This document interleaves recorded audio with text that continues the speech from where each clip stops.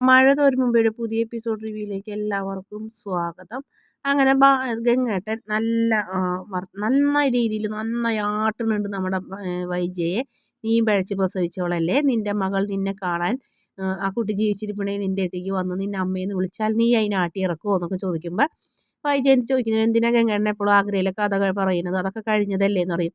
നീ പറയിപ്പിക്കുന്നതല്ലേ, നീ തെറ്റ് ചെയ്തിട്ടുണ്ട്, ബാലേന്ദ്രൻ തെറ്റ് ചെയ്തിട്ടുണ്ടെങ്കിൽ ബാലേന്ദ്രൻ്റെ തെറ്റ് മാത്രം നീ എന്തിനാ ഇത്രയധികം പൊക്കി പിടിക്കുന്നതെന്നൊക്കെ ചോദിച്ച് ദേഷ്യപ്പെടുന്നുണ്ട്.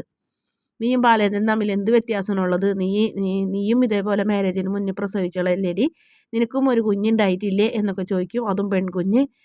നിൻ്റെ കുഞ്ഞിന് നിൻ്റെ വീട്ടിൽ വന്ന് നിൽക്കണമെന്നുണ്ടെങ്കിൽ നീ എന്ത് ചെയ്യും, അലീന നിൻ്റെ മോളായിരുന്നെങ്കിൽ നീ എന്ത് ചെയ്യും, അങ്ങനെയൊക്കെ ഓരോന്ന് ചോദിക്കുന്നു. അപ്പോൾ വൈജയന്തി വായടയുന്നുണ്ട്. എന്നാലും തോറ്റു കൊടുക്കാൻ വൈജയന്തി കൂട്ടാക്കുന്നില്ല. വൈജയന്തി പറയുന്നു, ഗംഗേട്ടൻ ഒന്ന് മനസ്സിലാക്കിക്കോ, ഞാൻ അലീന താമസിക്കുന്ന വീട്ടിലായിരിക്കില്ല വൈജയന്തിയുടെ താമസം എന്ന് പറഞ്ഞപ്പോൾ നിന്നോട് പറഞ്ഞിട്ട് ഒരു കാര്യമില്ല, നീ നിൻ്റെ ഇഷ്ടത്തിന് ജീവിച്ചോ എന്ന് പറഞ്ഞ് ഗംഗേട്ടൻ ദേഷ്യപ്പെട്ടു പോകും. അതിനുശേഷം ബാലചന്ദ്രനോട് കാര്യങ്ങളൊക്കെ ചെന്ന് പറയുന്നുണ്ട്.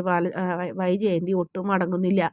എന്ത് ചെയ്യുന്നു ചോദിച്ചപ്പോൾ, എന്നാൽ പിന്നെ ഞാനൊരു കാര്യം ചെയ്യാം, ആ മഹതിയുടെ മുന്നിൽ ചെന്ന് ഞാൻ താഴ്ന്നു വീണ് അപേക്ഷിക്കാം, നീ ആരെങ്കിലുമൊക്കെ പ്രേമിച്ചോ, ആരെങ്കിലുമൊക്കെ കൂടെ കാമിച്ച് നടന്ന് അതിൽ ജാരസന്ധതികളൊക്കെ പെറ്റോ, ഭർത്താവെന്ന ലേബലുമായി ഞാൻ ജീവിച്ചോളാം എന്നൊക്കെ പറഞ്ഞ് ബാലചന്ദ്രൻ അങ്ങോട്ട് വൈജയന്തിയുടെയും ഗംഗേട്ടൻ്റെയും തൊലി ഒലിക്കിന്. ഗംഗേട്ടൻ എല്ലാം കേട്ടിക്കാന്നല്ലാതെ വേറൊരു നിവർത്തിയില്ല. അങ്ങനെ ഗംഗാധരൻ വേഗം അവിടുന്ന് സ്ഥലം വിടുന്നു. ഇവർ ഇനി എന്തെങ്കിലും ചെയ്യട്ടെ എന്ന് വിചാരിച്ചിട്ട് അയാൾ അവിടുന്ന് പോണത്. അതിനുശേഷം ബബിത കാണാൻ വരുന്നുണ്ട് നമ്മുടെ വൈജയന്തിനെ. അപ്പം അമ്മ സംസാരിച്ചൊക്കെ തുടങ്ങിയല്ലോ, അമ്മ ഞങ്ങളിപ്പോൾ കൊല്ലപ്പള്ളിയിലാണ്, ഞങ്ങൾ അങ്ങോട്ട് പോകണില്ല, ഞങ്ങളോട് അങ്ങോട്ട് പോകാൻ അമ്മമാർ പറയുന്നുണ്ട്.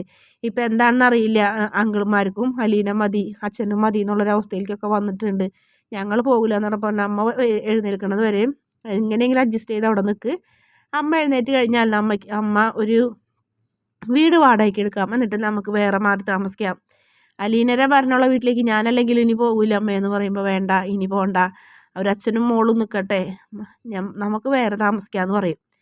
അതിനുശേഷം ബബിത നേരെ കാമുകനെ വിളിച്ചു വരുത്തുന്നു. കാമുകനായിട്ട് ഹെൽമെറ്റൊക്കെ വെച്ച് കഴിഞ്ഞിട്ട് കറങ്ങാൻ പോകണം, എന്തായാലും ഹോസ്പിറ്റലിൽ ഉണ്ടാവുമെന്ന് കമലാൻറ്റി വിചാരിച്ചോളൂല്ലോ.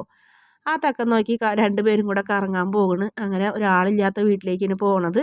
എന്തായാലും ഒരു തവണ അലീന രക്ഷിച്ച് ബബിതരമാനം, ഇത്തവണ ബബിതരമാനം പോകും തന്നെയാണ് ചെയ്യുന്നത്.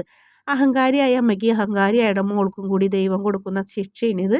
എന്തായാലും ആ കഞ്ചാവ് വലിക്കുന്ന പോലത്തെ ആ പയ്യനായിട്ട് നമ്മുടെ ബബിത ആളൊഴിഞ്ഞൊരു വീട്ടിലേക്ക് കയറി പോകുന്നുണ്ട്. ഒരു കൂസലില്ലാതെ രണ്ടുപേരും കൂടെ അടിച്ചു പൊളിക്കാനുള്ള പ്ലാനോട് കൂടിയാണ് പോണത്. അങ്ങനെ ആ കുട്ടിയുടെ ജന്മം അമ്മരെ പോലെ തന്നെ ആ വഴിക്ക് തന്നെയാണ് നീങ്ങണത്. കണ്ടിട്ട് എല്ലാ ലക്ഷണങ്ങളും അതിൽ കാണിക്കുന്നുണ്ട്. വീഡിയോ ഇഷ്ടപ്പെടുകയാണെങ്കിൽ ചാനൽ ഒന്ന് സബ്സ്ക്രൈബ് ചെയ്യണേ.